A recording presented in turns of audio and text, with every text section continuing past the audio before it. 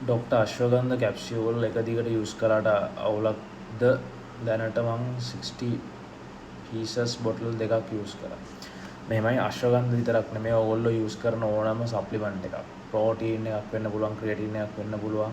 ඊට පස්සේ විටමින් එකක් වෙන්න පුළුවන්. ස්පෙෂලි ප්‍රෝටීන් හා ක්‍රියේටින් වලට වඩා ඔයගොල්ලෝ මොකක් හරි විටමින් එකක්. ඒ කියන්නේ විටමින් A, D, නැත්නම් කැල්සියම්, මැග්නීසියම්, අයර්න් එහෙම නැත්නම් මොනවා හරි වෙන ෆිෂ් ඔයිල් වගේ දෙයක් මේ වගේ දෙයක් යූස් කරනවා නම් ඔයගොල්ලෝ උපරිම මාස 3කට වඩා ඒක එක දිගට යූස් කරන්න එපා. ඔයගොල්ලෝ මාස 3ක් වගේ කාලයක් යූස් කරාට පස්සේ අනිවාර්යයෙන්ම පොඩි බ්‍රේක් එකක් ගන්න. මාසෙක එකමාරක බ්‍රේක් එකක් ගන්න ආපෝසරයක් යූස් කරන්න කලින්. දැන් මෙයා 60 packs bottles දෙකක් යූස් කරා කියන්නේ මම හිතනවා එයා දවසට එක ගාන යූස් කරන්නේ නැති කියලා. ඒ කියන්නේ මෙයා දැනට 4 months වගේ යූස් කරලා තියෙනවා. ඒතර අනිවාර්යයෙන් මේ වගේ කෙනෙක් විටමින් එකක් හරි නැත්නම් මිනරල් එකක් හරි ඒ කියන්නේ මයික්‍රෝ නියුට්‍රියන්ට් එකක් හෝ ෆිෂ් ඔයිල් වගේ දෙයක් යූස් කරන කෙනෙක් නම් අනිවාර්යයෙන්ම බ්‍රේක් එකක් ගන්න ඕනේ. බ්‍රේක් එකක් කරන් පොඩ්ඩක් ඒ කියන්නේ liver එකට kidney එකට පොඩි ෆ්‍රී එකක් දෙන්න ඕනේ. එයාට පොඩ රිකවර් වෙන්න. ඊට පස්සේ තමයි ආයෙ යූස් කරන්න පටන් ගන්න ඕනේ. ඒක ඕනම සප්ලිමන්ට් එකකට පොදුයි.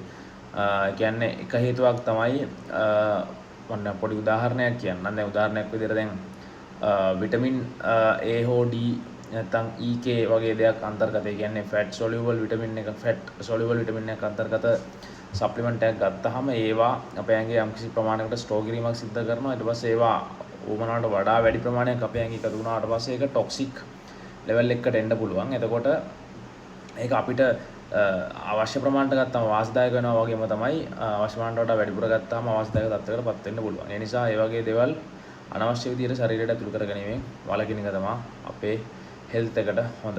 thank you. මේ වගේ හොඳ වීඩියෝස් තවදුරටත් ඔයගලන්ට දැනගන්න ඕන නම් ඔයගලන්ට පුළුවන් මගේ channel එකට subscribe කරන්න. ඒ වගේම මගේ TikTok channel එක තියෙනවා ඒක follow කරන්න. Instagram මම ඉන්නවා. ඒක ඔයගලන්ට පුළුවන් follow එකක් දාලා තියාගන්න. සහ ඉස්සරහට මේ වගේ මොන වීඩියෝස්ද ගේන්න ඕනේ මොනවද මම කතා කරන්න ඕන topics කියන එක ඔයගොල්ලෝ පහලින් comment කරන්න. මතක තියාගන්න මේ වීඩියෝස් මම කරන්නේ educational purposes සඳහා පමණයි.